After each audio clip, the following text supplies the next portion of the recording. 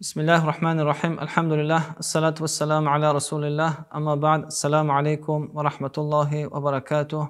بینندگان ارجمند، امروز از حیات پیامبر خدا صلی الله علیه و سلم چند نقطه را خواهیم آموخت، چند درسی را از سرور عالم. و جناب پیامبر خدا صلی الله علیه و سلم یکی از صفتهای زیبایشان این بود که پیامبر خدا صلی الله علیه و سلم استغفار میکردند و این برای امت تعلیم است. در حدیثی که حضرت ابو هریره از جناب پیامبر خدا صلی الله علیه و سلم روایت میکنند این است که میفرماید: والله انی لاستغفر الله و اتوب الیه فی اليوم اکثر من 70 مره. در این حدیث گوهربار حضرت ابو هریره از جناب پیامبر خدا صلی الله علیه و سلم روایت میکند که جناب پیامبر فرمودند و قسم یاد کردند که من روزانه از 70 مراتبه زیادتر به سوی خداوند استغفار میکنم.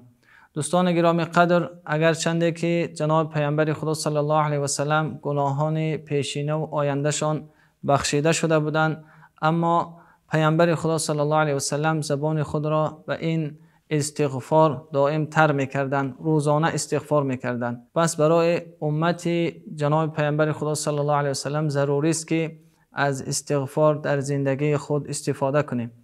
و ببینیم که در آیت کریمه هم که از زبان حضرت نوح گفته شده است که به سوی قوم خود چنین فرمود: فقلت استغفروا ربکم انه کان غفارا یرسل السماء علیکم مدرارا ويمددكم بأموال وبنين ويجعل لكم جنات ويجعل لكم انهارا. در این آیت های کریمه حضرت نوح میگوید که به قومم چنین گفتم که شما به سوی خداوند استغفار کنید، طلب مغفرت کنید و تحقیق خداوند را بخشنده مییابید. یعنی خداوند گناهان شما را هر آینه میبخشد.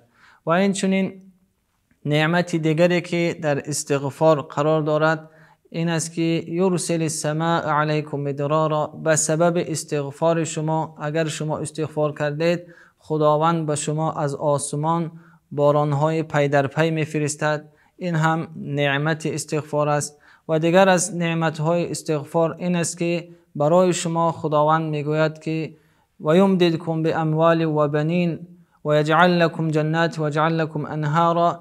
برای شخصانی که استغفار میکنند خداوند برایشان فرزند و مال میدهد و این چنین برایشان باغها، بستانها و رودها را فراهم می آورد.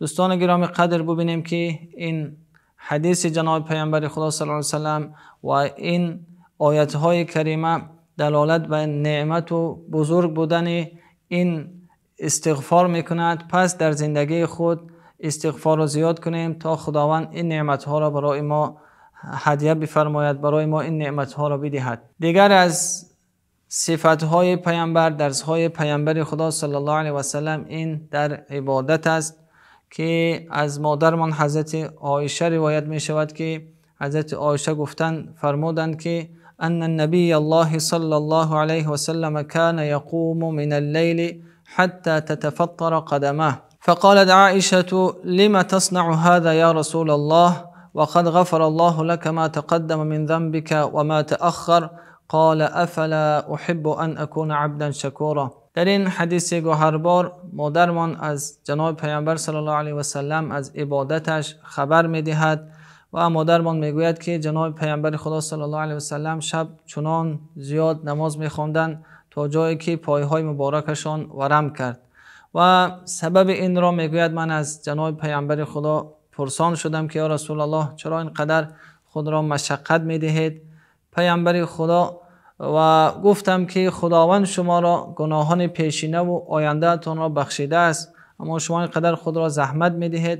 پیامبر خدا فرمودند که آیا دوست ندارم من که بنده شکرگزار باشم؟ ببینید دوستان گرامی قدر که این عبادت پیامبر خدا را نشان میدهد که شبها با خداوند یک وقتی را جدا کرده بودند و راز میگفتند، نماز میخواندند و دعا میکردند. پس برای هر یک امت ضرور است که از این صفت پیامبر خدا صلی الله علیه و سلم بیاموزیم و تا جای توان نماز تهجد، نماز شب بخوانیم و به سوی خداوند دعا کنیم، استغفار کنیم، و طلب مغفرت کنیم که خداوند گناهان ما را ببخشد و الله مهربان برای ما توفیق عنایت بفرماید که از این درس‌های پیامبر خدا صلی الله علیه و سلم بیاموزیم و در زندگی تطبیق نماییم. خداوند یار و مددگار.